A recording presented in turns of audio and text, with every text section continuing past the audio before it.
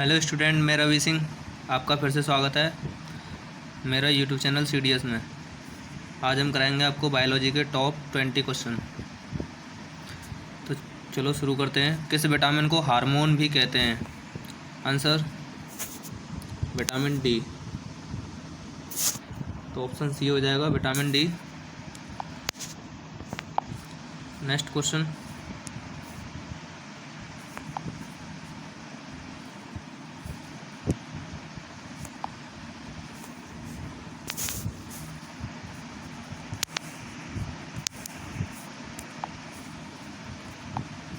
Next question.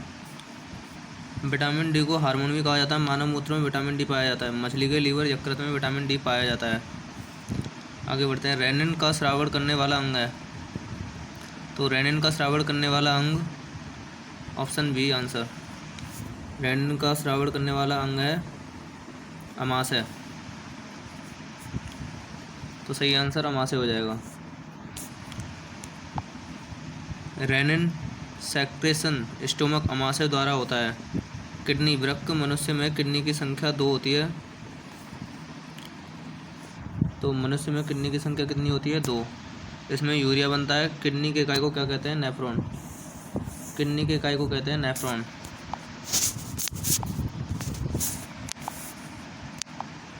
Next, मनुष्य के शरीर में निष्क्रिय अंगों का समूह है। निष्क्रिय अंग वेस्टिजल ऑर्गेन्स। ऑप्शन ए कृमि रूप परिकोशिका, अलीक्रेन प्रवर्ध रोम तथा काकलिया।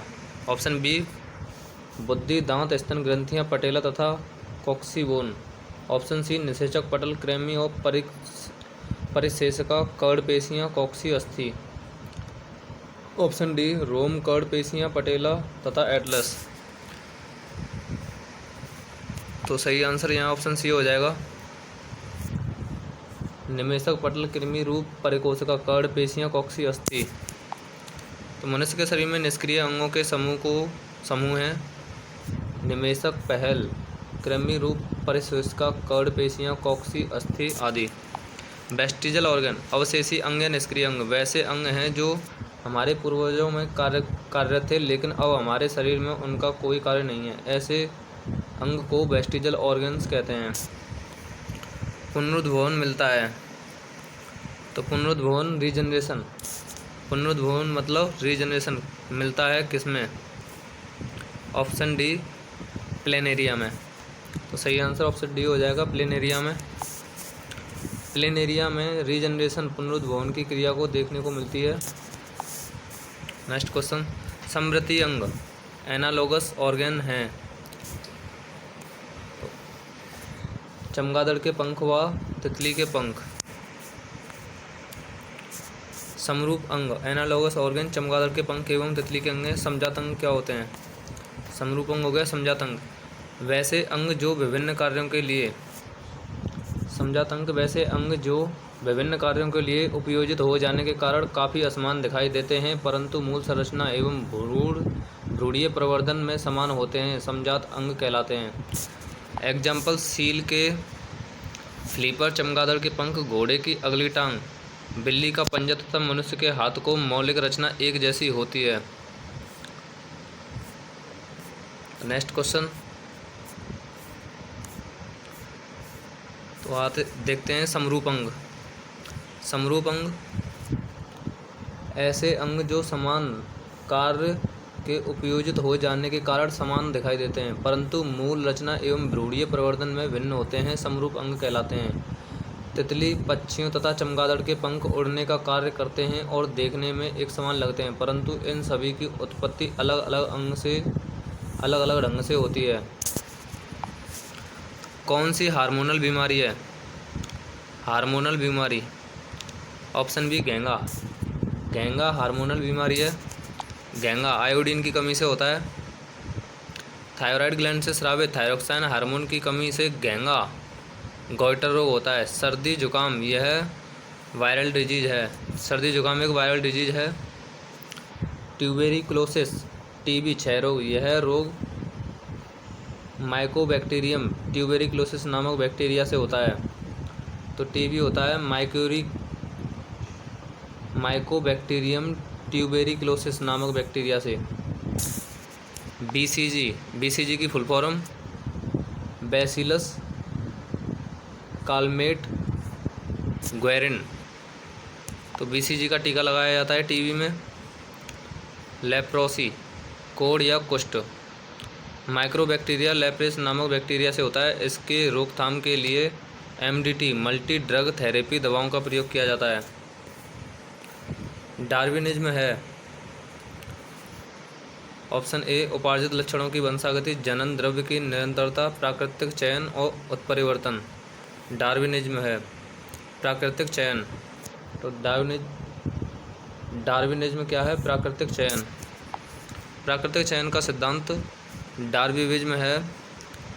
Origin of spicy bye natural selection पुस्तक की रचना चार्ल्स डार्विन के द्वारा किया गया। तो इस पुस्तक की रचना organ of society by natural selection रचना चार्ल्स डार्विन के द्वारा की गई। उपार्जित लक्षणों की वंशागति सिद्धांत का प्रतिपादन लेमार्क के द्वारा किया गया।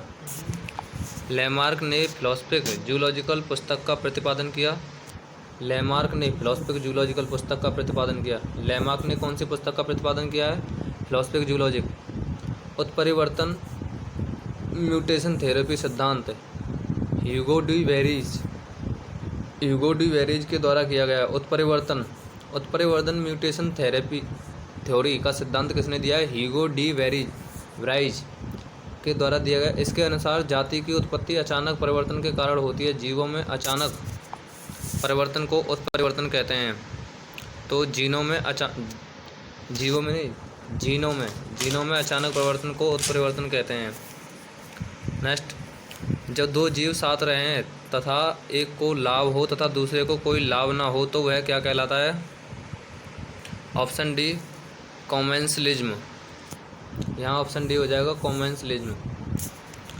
जब दो जीव साथ रहें तथा एक को लाभ हो तथा दूसरे को कोई लाभ ना हो, कॉमेंसिडिज्म यानी कि सहभोजिता उसको क्या कहते हैं? सहभोजिता जिसमें एक जीव को लाभ होता है तथा दूसरे को कोई लाभ नहीं होता है। Next question description. दो जीवों के बीच ऐसा संबंध जिसमें एक जीव को लाभ तथा दूसरे जीव को हानि होता है परिजीवता कहते हैं। ऐसा संबंध जिसमें एक जीव को तो लाभ हो तथा दूसरे को हानि हो परिजीवता कहते हैं। परिजीवता यानी कि पैरासिटिज्म। एक जीव दूसरे जीव को पूरी तरह से भक्षण करता है तब इसे क्या कहते हैं? प्रीडेशन पर भक्षण कहते हैं। एग्जाम्पल के लिए गिद्ध। भूमि अपरदन सॉइल की रोकथाम संभव है पुनः वन रोपण से, वनों के विनाश से, फलों के प्रत्यावर्तन से, चरगाह प्रबंधन से। तो option A right answer. Easy question है। डार्विन का सिद्धांत था योग्यता की उत्तरजीविता, प्राकृतिक चयनवाद, म्यूटेशनवाद, परिवर्तनों सहित अवरोहण। तो ऑप्शन बी सही हो जाएगा, प्राकृतिक चयनवाद। डार्विन का सिद्धांत क्या था? प्राकृतिक चयनवाद, नेचुरल सिलेक्शन। डार्विन का सिद्धांत। योग्यतम की उत्तरजीविता, सर्वाइवल ऑफ द फिटेस्ट का प्राकृतिक चयन, नेचुरल सिलेक्शन दोनों एक ही सिद्धांत हैं। योग्यतम की